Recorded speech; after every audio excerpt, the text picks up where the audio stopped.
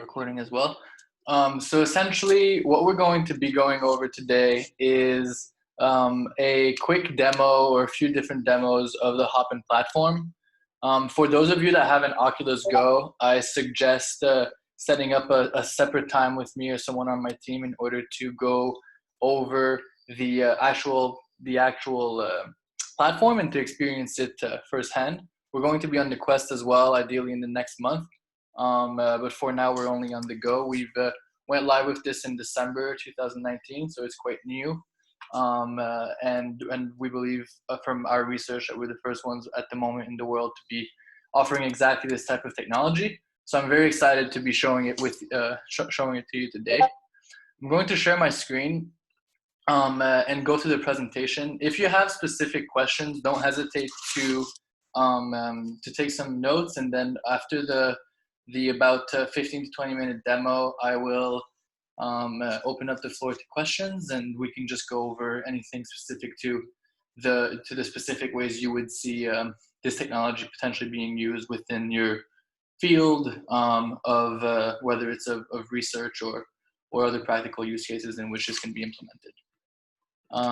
Perfect. So now that you can see my screen, let's jump right in. And it's like I'm just going to move this here. Perfect.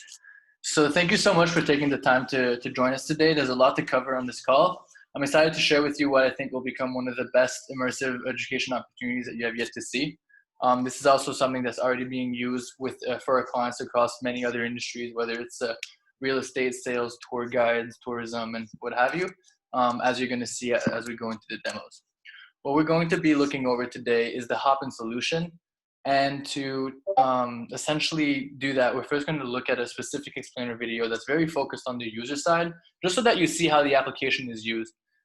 Throughout this entire presentation, I'm trying to showcase, essentially it would be similar to trying to show how to swim without being in the water.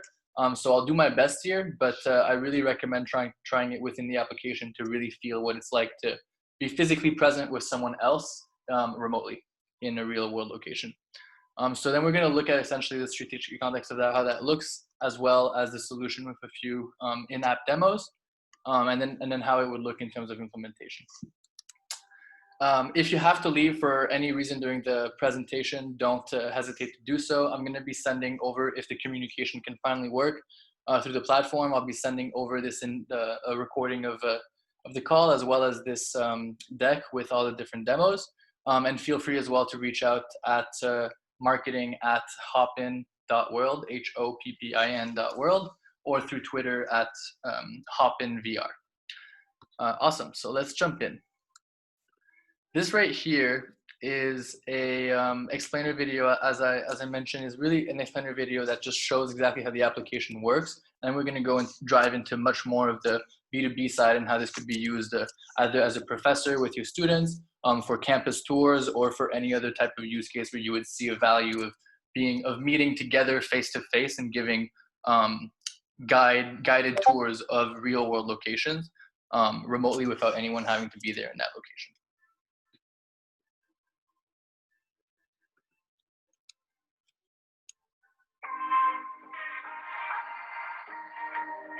Wish you could meet up anywhere in the world at any time, instantly, with your family, friends, or potential clients? What if there was a technology that allowed you to do this? Introducing Hoppin, the closest thing to teleportation that exists today.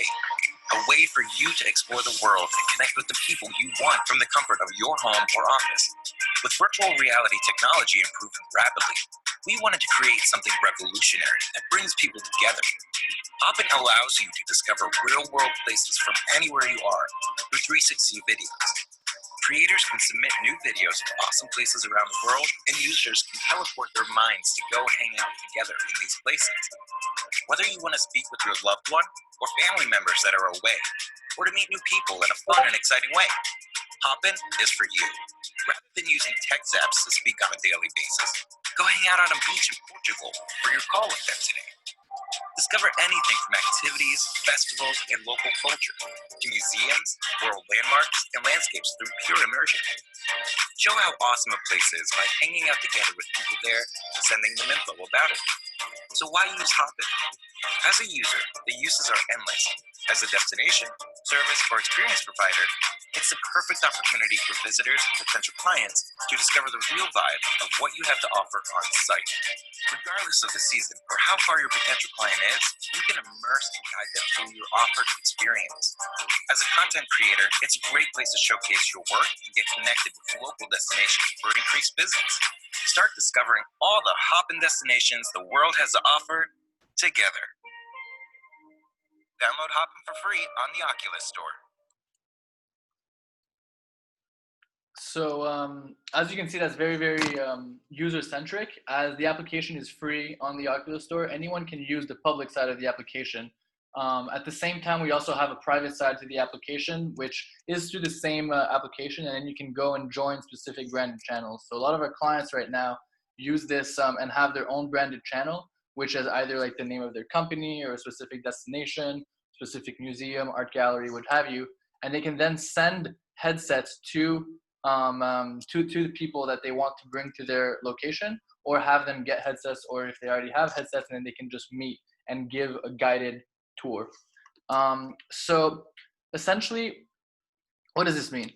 Right now, borders are closed, no one can travel, and when you can travel, it costs a lot of money, time, and carbon, and oftentimes has a lot of intricacies and complexities, which require a lot of people being involved in order to be physically present in a location at the same time. Until now, educational field trips, for example, cultural trips, educational trips, campus tours, have been confined to being done in person. And this was due mostly to the necessity of having to be specifically in that location and experience. Many school boards have tried to incorporate remote procedures such as Zoom and Uber Conference and other types of applications in order to add more immersiveness and more interactivity within the classroom. But at the same time, it never really replaces or even comes close to replacing a real field trip. With our application, that is actually possible. Same thing happens, for example, with campus tours. Instead of going to the campus in order to see the entire campus and get a campus tour with like a guide there, what if they could just put a headset on and see that campus and have a guide that's there with them as an avatar, and they're two avatars together that are going and doing the campus tour. So that's exactly what essentially we've created. Hoppin is the world's first multi-user VR SaaS solution that allows you to teleport your students and stakeholders directly into any location and give them virtual guided tours using pre-recorded HD360 video. Now, specifically, as I'm going through some of the next demos, it might be like the specific use cases that you might see might be different from what I'm speaking about, which is totally fine because we're seeing use cases in every single industry and vertical. I've really focused this specifically to education, given the fact that that this is the iLRN conference, and that I think that that's one of the most important use cases to implement within the application as soon as possible. And it would allow, for example, for not just one set of students, but for any set of students in the future to also experience this. If for example, one class were equipped with headsets, and then anyone could throughout the entire year and through the future years could go and visit those locations with only one time having to upload that content. So let's look at a specific demo in order to give a bit more sense exactly into what all this means. So first and foremost, here are some of the specific use cases that we've seen for the application. This is all taken directly from the application. This is live at the moment. And so what you're seeing is actually what I am seeing in the headset. And so whenever you see that the image is moving from place to place, that's not a camera that's doing that. It's really like what I see in my field of vision as I'm turning my head left and right or up and down. So you can, for example, use it for showcase places, for nature adventures. You can also use it, for example, in charities and events or cultural events of any sort. So you could imagine how this could be used in order to showcase a museum or an art gallery, and to have the actual curatist go and talk about it. Or for example, for culture and festivals, and have the like someone from the actual location, regardless of if they are in that location or not, be able to talk about it and talk to the class, to the class or to anyone else that's involved. Manufacturing tours and training, if you're giving a class related to a specific subject and you'd like your students to meet together in a certain area, then that would be possible, and then you can have the class in a much more immersive area. Same thing happens for sports or other things that require more movement. And even for example, let's say that it's like urban design or tourism or any other specific field of study. There's direct use cases that make this possible.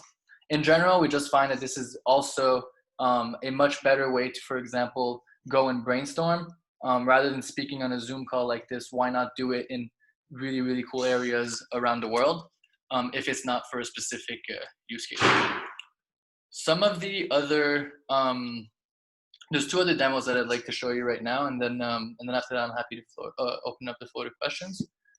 This right here is actually taken from directly within the application, and hopefully it'll give you a better idea of how it looks when you're in the application. So this is really something that I took as a screen recording of what I was seeing in app.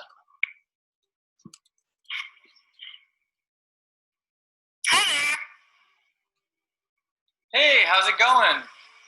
Welcome to Thailand. How are you today? Good, how are you? Doing pretty well. Wow, this is pretty crazy. Yeah, eh? So I can see you looking at the pool now, and now you probably can see I'm looking at the pool.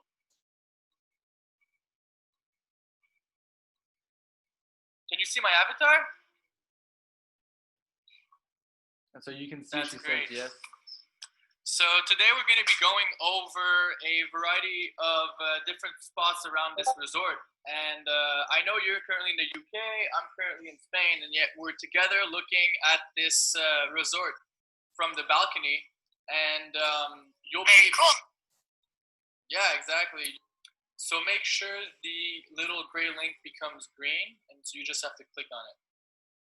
And so she's opening up her menu right now. Sounds good. I'm clicking on it now, and it's green now. Awesome. That means that now anywhere that I go around the resort, you're going to follow me, and I'll be able to give you a tour. So you can imagine how this would be also useful for your visits for any person around the world without having to fly there and be there in person. So let's go to the pool.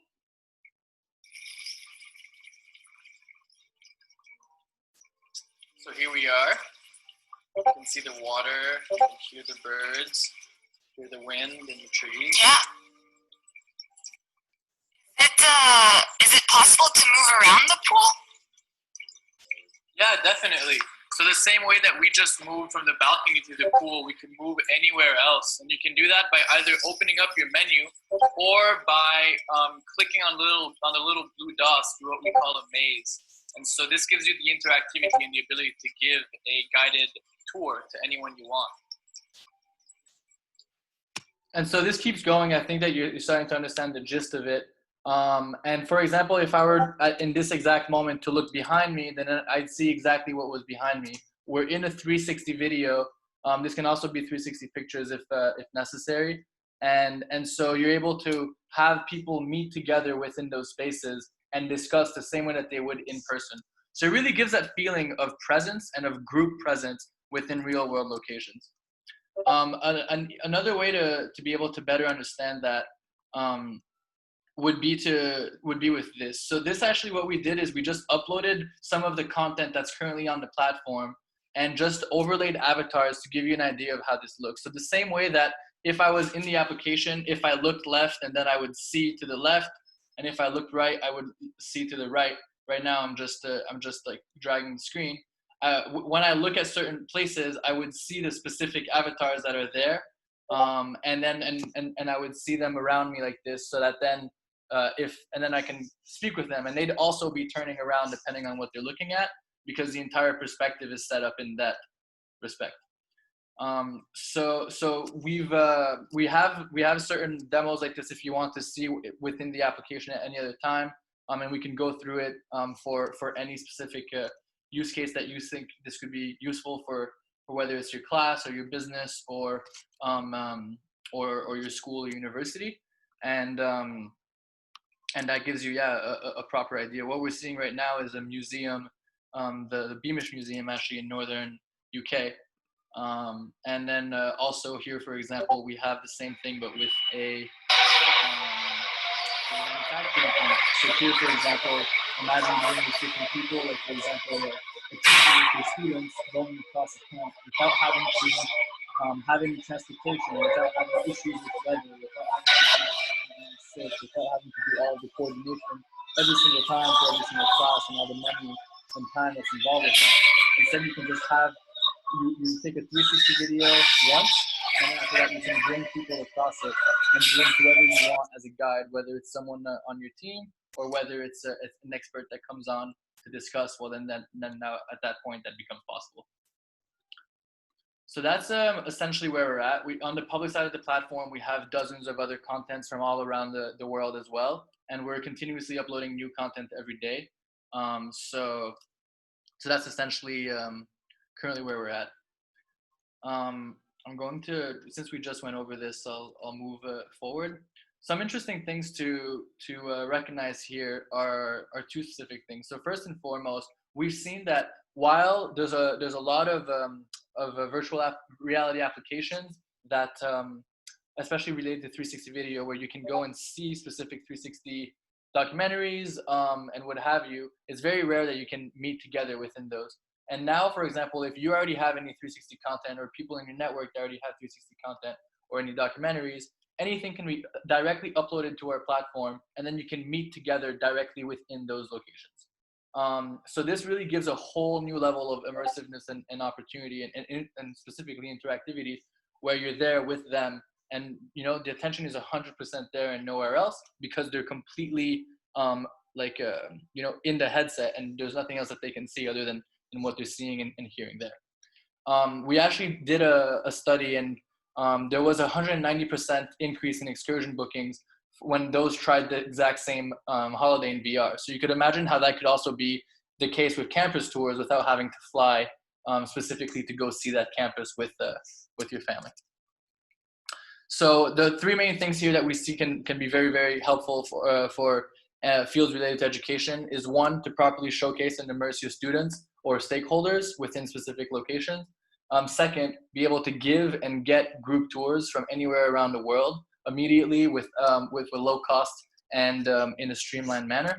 And three, being able to save money and time and also have much more safety because you don't have as much transportation that's involved. Of course, you can still do some field trips, but now imagine being able to bring your students to that specific lab in the world that only exists in that one location and that usually you wouldn't be able to bring them to, or to the pyramids, or to any other specific landmark that usually wouldn't be possible to get to. So I'd love to hear any questions that you may have.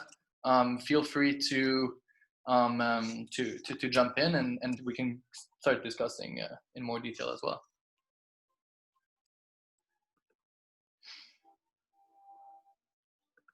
To unmute yourself, it's there's an unmute button.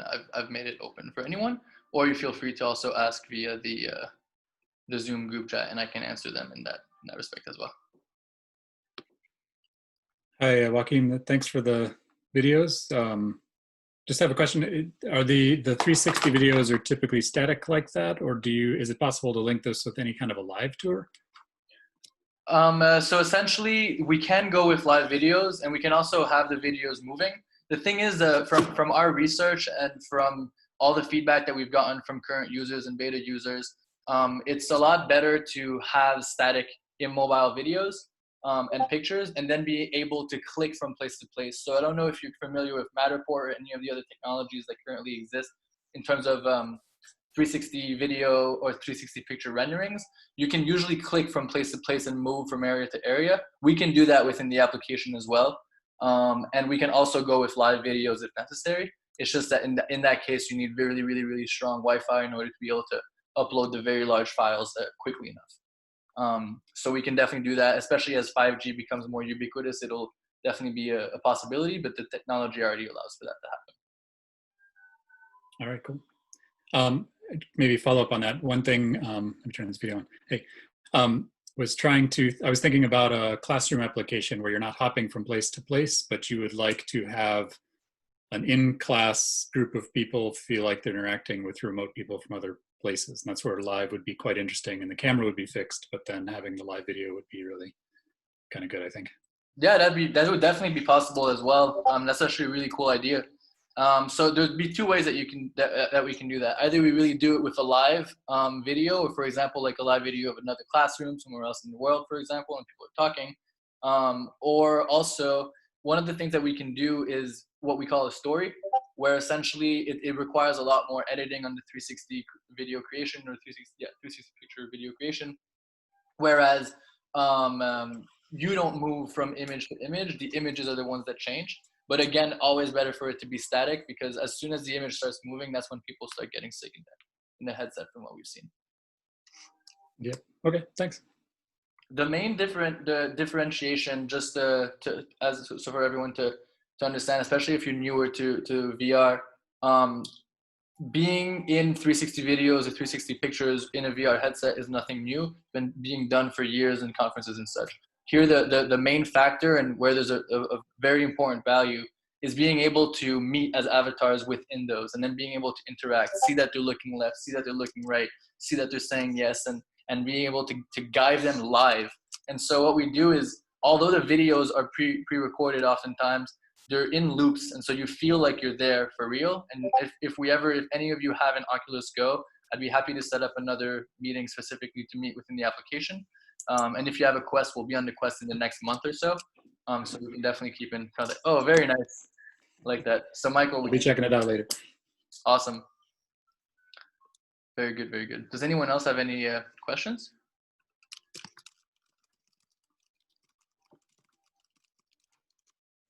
Feel free to send them via, oh, I see Christina has a question right here. So yes, we can definitely do maps. So 3D maps, we already have a map. Actually, we're working with the city of Montreal in order to do a 3D interactive map of the city. So we're based in Montreal, and essentially we could do that for campuses. We could do that for museums. We could do that for major congress centers. So let's say a congress center or a university wants to essentially convince more people or more groups to go and use their locations or their facilities, then that would be an interesting usage for that. Not only that, but we're pushing it one step further, where you'd be able to see the different, like how many people are in each of the different areas. And that's like a Q3 feature that we're in the process of building at the moment. And then follow-up questions from Christina are, will they take the video or any other form of data themselves using the Oculus? So right now, the way it works is we can either help you find a studio in the region, or if you have a 360 camera, something even as rudimentary as an Insta360 One X, which is around $500, is good enough in order to get proper videos. The minimum quality we accept is 4K mono. We can go up to 8K stereo as well if necessary.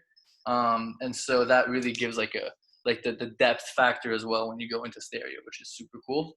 And so either we help you film or work with a studio in the region to film, or if you already have existing 360 content yourselves or through the people within your networks, and then we can immediately upload that to the platform.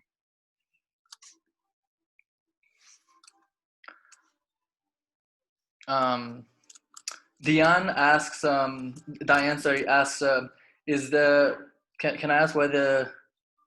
why it's like only a head and shoulders and floating hands? So essentially right now we're utilizing the avatars that are set up with Oculus. Those are going to get better with time, of course, as well, and it's going to bring more and more interactivity. So for example, in the newest updates, we're seeing that we can see people's facial expressions, and we can see when they're speaking. With the Quest, I believe it's with 2 hands as well. So the code is created, and now we're just in the process of testing and speaking with Facebook to get it on the public side of the application as soon as possible. So hopefully they'll accept us soon and we can get on. And at that point, yeah, we would be able to have much more sophisticated avatars. That is the goal in the end of the application, is to really have that interactivity within 360 video. The main difference here between, like, for example, 3D renderings and what we're doing is that once you upload a 3D rendering once, and then it's there. But with these videos, we're talking about very, very, very large files. And so right now with the Oculus Go and even with the Quest, we're always trying to push the hardware to the maximum capacity. But as these headsets get stronger and stronger, then technology, the software is already created in a way that's going to be able to follow that. So Ms. Schick asked, can you expand on the research that have been done? Ms. Schick, do you have like specific, do you have a specific angle in particular that you'd want to discuss? So like what kind of data can you collect, i.e. speech gaze? So a lot of that data right now is being collected through the actual Oculus. The data that we have within it is, for example, how long people are on the application, how long, how many people, and more basic factors like that. But that is a really, really good question. We'll definitely implement that into the backlog of things to include in terms of research. And then same thing with learning analytics. So right now, most of our clients up till now have been, as mentioned, this is very, very, very frontier technology. Went live in December 2019. And so as it continues to grow, then we will definitely have a lot more learning analytics that are there. For example, like where people are looking within the images, what they're most interested in, things like that. Definitely.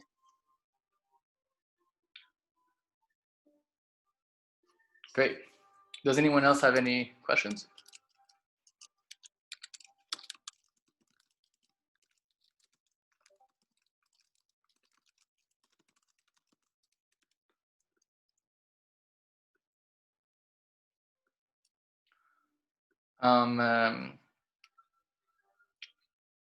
Great. Well, I mean, that's the, is there anything else coming on? So, I mean, if you can either ask a question by unmuting and asking or through the Zoom group chat.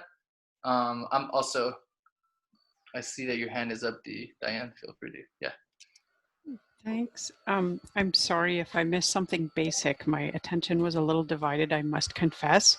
But so pre-recorded 360 video, you can meet someone in it and the video moves as it was kind of edited and created. It's not a live thing, you were saying, because the bandwidth, it can be, but that's difficult.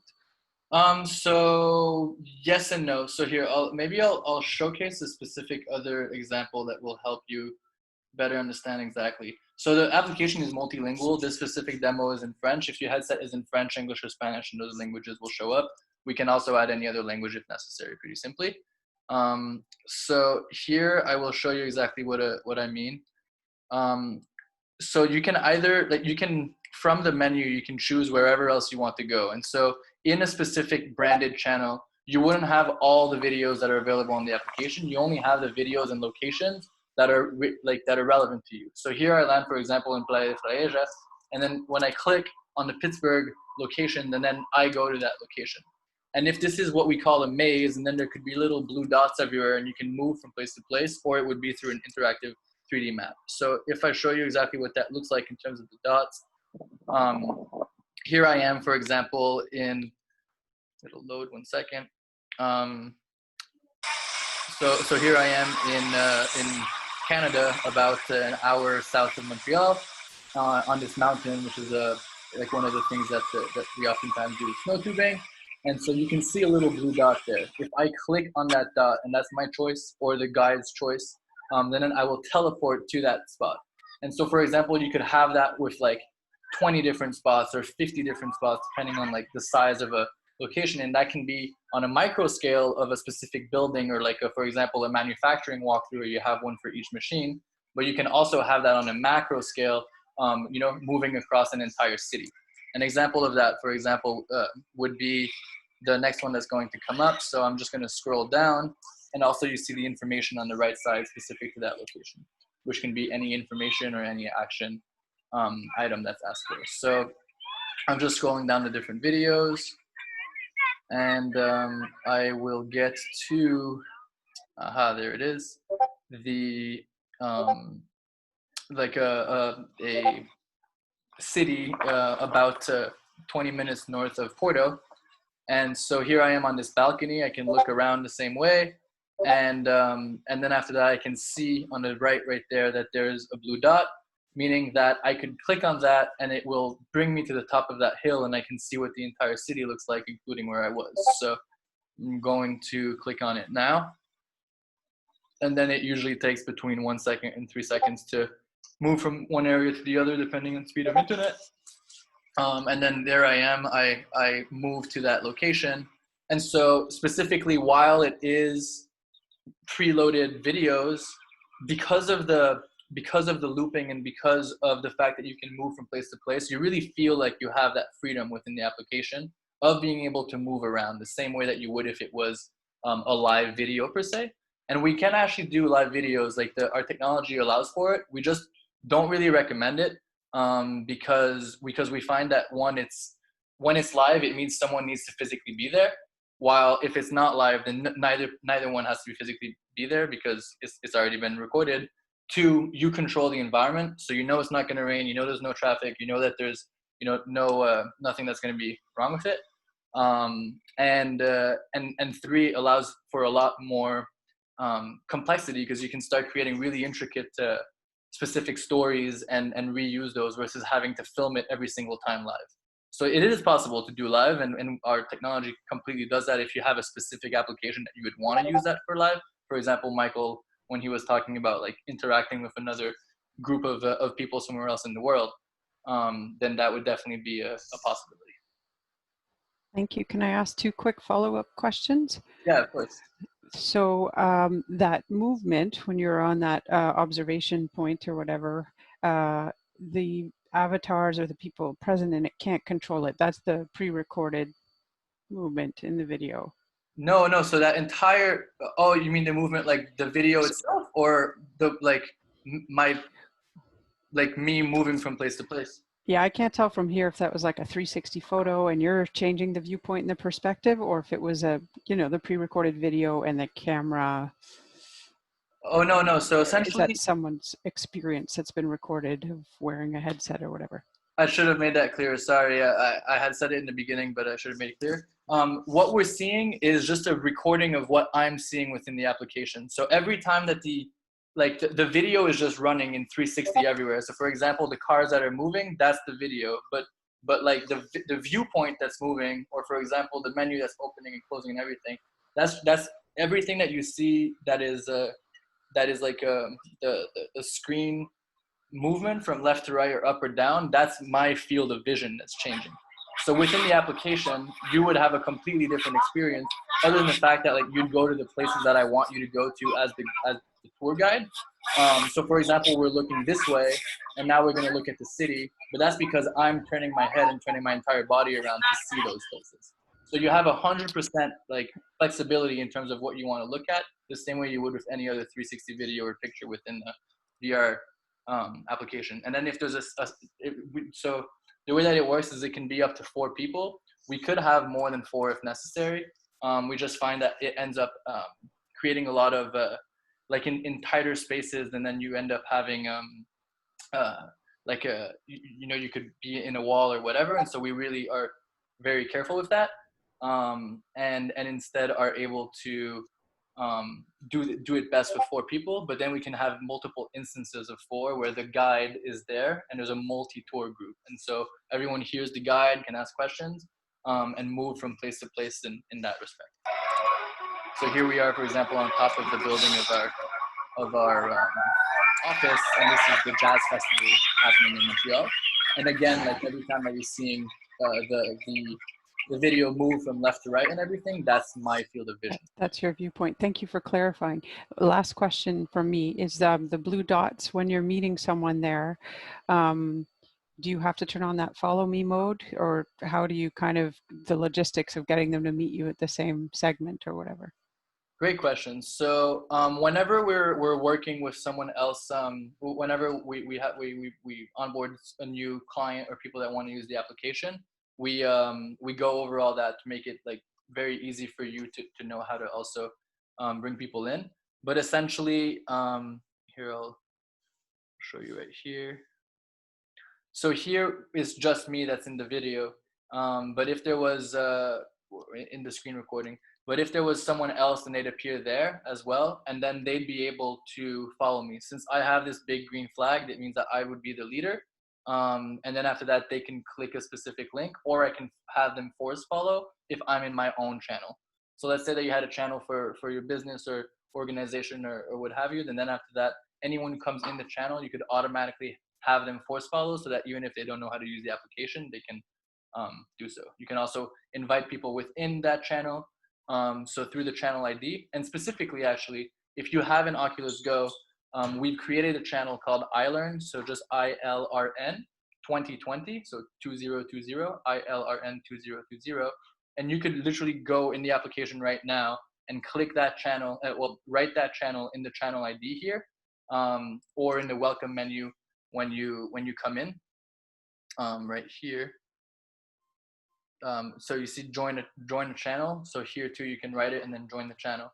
And by doing that, you will actually be able to go into the iLRN channel, and anyone else that goes into it, you'd be meeting them within that channel at the moment. So you could do that like right now if you wanted. Cool. So when they're in follow you mode, they still have their own viewpoint. They're just in the same area as you, in the same video per se. Very Exactly, cool. Thank you. Yeah, exactly the same way that you would be if you were giving an actual live tour.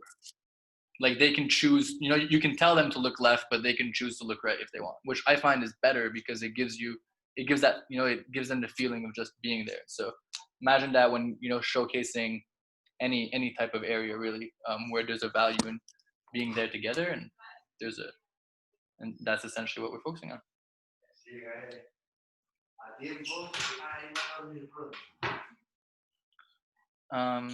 Good question. Do you host the content on YouTube or on your own server? We host all of our own content on our server. However, let's say you already have a lot of content and you would rather it be hosted on your own server, then we can create APIs in order to connect that content. We'd have to discuss and see exactly what the use case is for in that respect. And actually, in terms of hosting YouTube content, we're looking into it as well. We've tested with it already, and it could work if necessary. Let's say that you really want specific content and want to start working with this, and we could look into it. It is possible. What do you mean exactly by that? SD at UBC asked, how do you deal with clients' IPs? I can explain actually. So I'm from UBC in Vancouver, and some of our content have protected IP by our faculty. So we may not be able to, for example, host it on your server if it's not clear how the content will be dealt with. That's my question. How do you have some sort of setup? Because as you know, in Canada we have very strict privacy issues, especially in BC. We can't host our content on US servers. So those are type of questions I have for you. Yeah, good question. So I mean, let's say that we were to discuss, and then we could definitely be flexible and for example have a Canadian server. We're based in Montreal, so we're a Canadian company as well. And essentially and in terms of like how we use the content, so we are not a producer per se, although most of the people in the team have produced in the past in order to understand how to use this properly and create proper videos. We work with studios around the world who retain rights on their content. And so if you have content that you have to the platform, it would still be yours completely. We can make it password protected. So let's say we were to create a channel called UBC and then sub-channels for different departments within the UBC campus, whether it's, for example, the campus that wants to do campus tours, which is completely different in terms of IP rights than if it's a specific sorry, I'm seeing you. Okay, cool. Yeah, very different than if it's used by, I don't know, the engineering department, or if it's a data center that you're filming, or other things that are a lot more IP protected. And then for those, we can create password protected sub-channels. Thank you. Any other questions? The more the merrier. I had a quick question. You mentioned this is, you can use this on the Oculus Go. Is there somewhere you can sideload this, or is this isn't up on the store yet? Is there a way to test out the beta? It is on the Oculus Store. If you look up Hoppin, H-O-P-P-I-N, Oh, it is. Okay. or if you look up Facebook, for some reason we're in the top 6, which is great. So either way, you can get to the platform, or if you look up travel, we're there as well. And then just download it. And at that point, I'd be happy to either meet you or have one of my team members meet you directly in it to give you a proper tour. Okay, great. Appreciate it. Great.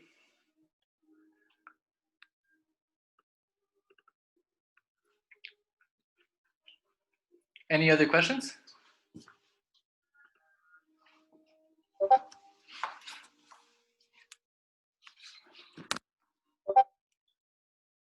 Sorry about that. Planning to branch out to Viveport. Yes, we're considering it. First and foremost, our plan, to be completely transparent, we're going to go on the Quest next and the Rift, and from there, after that, yes, we're looking at Viveport as well as a few other headsets. The other part is we're also going to have a WebXR platform, essentially being able to bridge the gap between those who have headsets and don't. Right now, something that I didn't mention that could be interesting to know as well is that through the Oculus Go and most other headsets, it's very easy to do a Facebook Live or to essentially have what you're seeing show up on another screen. So that's another way in order to, let's say that you don't have, that not everyone has a headset, and it's another way to have people still feel like they're a part of it. But you know, at the same time, those who do have a headset on versus the WebXR version, no matter how good we make it, is a difference between feeling presence and not. So what the main use case here, the main importance of what we're offering is really like having the feeling of being physically with someone face to face, talking to them in a real world location. And that's really like the focus of where our technology is going in the future.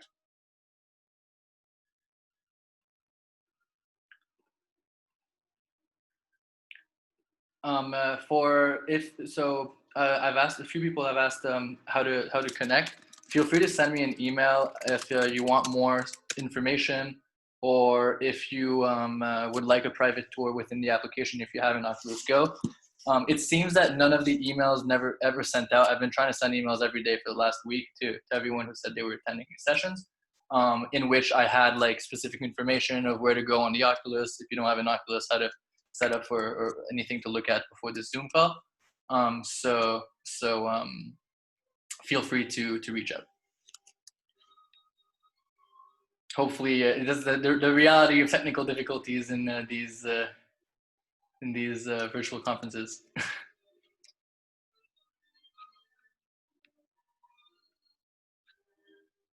Any other questions?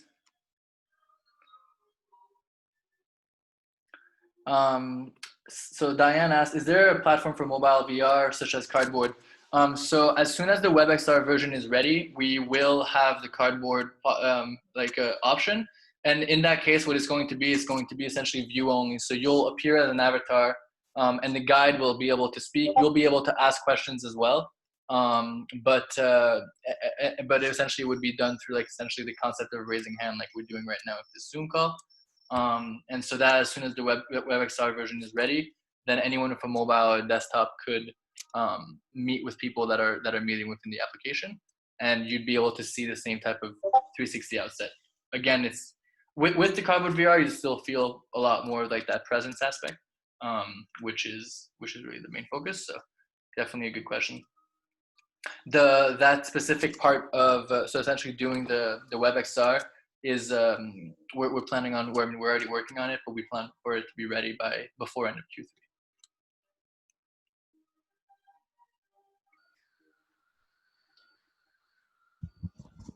Sorry, Diane, following up, what do you mean by view only? They won't be able to choose like hotspots to go to another segment, or how will it be limited? Yeah, totally. So essentially right now, In the application, you have let's say that you're on the go, you have one remote. If you're on the Quest, you have two. In the Google Cardboard, you're on your phone, so you have none. So you wouldn't be able to like open up a menu and move from place to place, or click on little dots to move from place to place. And so that's why you'd be in follow mode, where you would be following whoever is the guide in order to move from place to place, because you wouldn't have any way to interact with like the mobility of the platform. If you have like, for example, your phone here, then there's no way to like click on it, you know? So it would be through that. I think it would still give like the same concept, though, and would be perfect because you could still talk and be there, you know, and feel like you're there, but just you wouldn't be able to choose the next spots that you go to. Instead, the guide would be the one doing that. So that would be like an option that's there, not for the one who's hosting, but for anyone else who wants to join and who has a phone, which is everyone these days. In that case, that would be a possibility.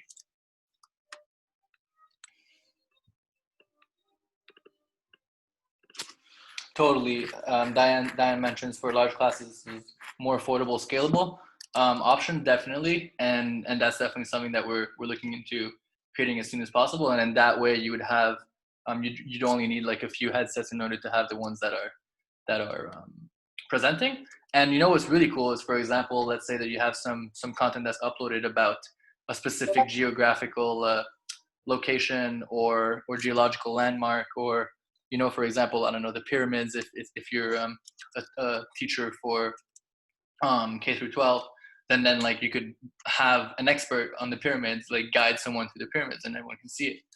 So I mean, it really takes away the necessity of being physically present. At the same time, you know, we're not trying to replace field trips. It's important to still have some, and we're very aware of that, and want essentially just to build off that curiosity through this deep connection and new method of learning and communicating, in order to have more people want to go to those places.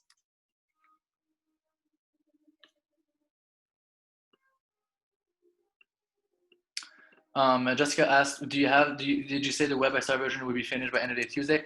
By end of Q3, so like over the next few months, we're working on it. I wish it was by Tuesday. That would be great.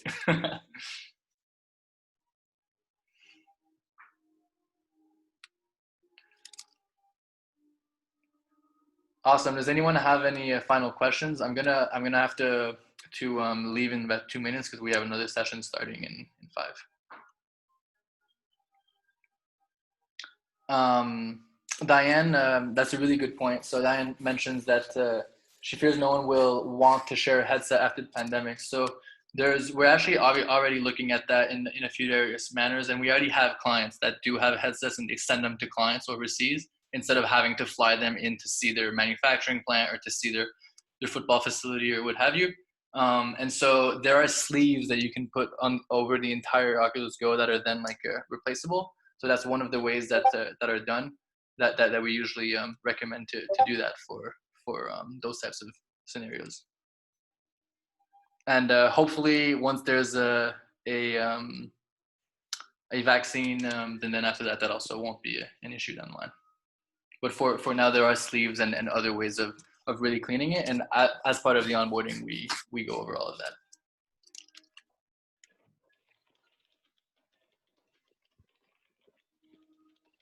But yes, having their own cardboard would be also possible. Any other, like, is there any final, Paul asked, does the sleeve cover the full headset? Yes, there are sleeves that cover the full headset. You could, and I mean, for example, you could also just put like an entire, there are like professional ones, and when working together, we could find some and have those sent. But at the same time, even like just from home, like let's say you're having someone else show it, then you could just put a plastic, like a transparent like plastic film around the entire thing, and then throw that away after.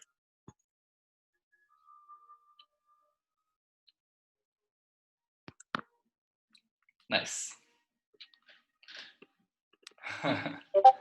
Thank you very much. And then, yeah, please don't hesitate, especially if you have a headset. I would really love to meet you within the application, because it's completely another level when you're actually in it to experience it yourself. And so feel free to send an email at this email, which I'm putting in the chat now, if you would like to have a private tour. And if you do have an Oculus Go and you've downloaded the application, then go into this channel, iLRN 2020, with someone else. Paul asked if we can use the Quest. That's the next headset that we're going on. We've already coded for it. It's just we're waiting for Facebook approval in order to get on the Quest. Amazing. Alrighty then. Well, thank you very much for coming. And if you have any other questions, then feel free to reach out. Have a great conference, and happy Father's Day for anyone who's a father on the call. Thanks a lot. Bye-bye. All right. Cheers. Bye-bye.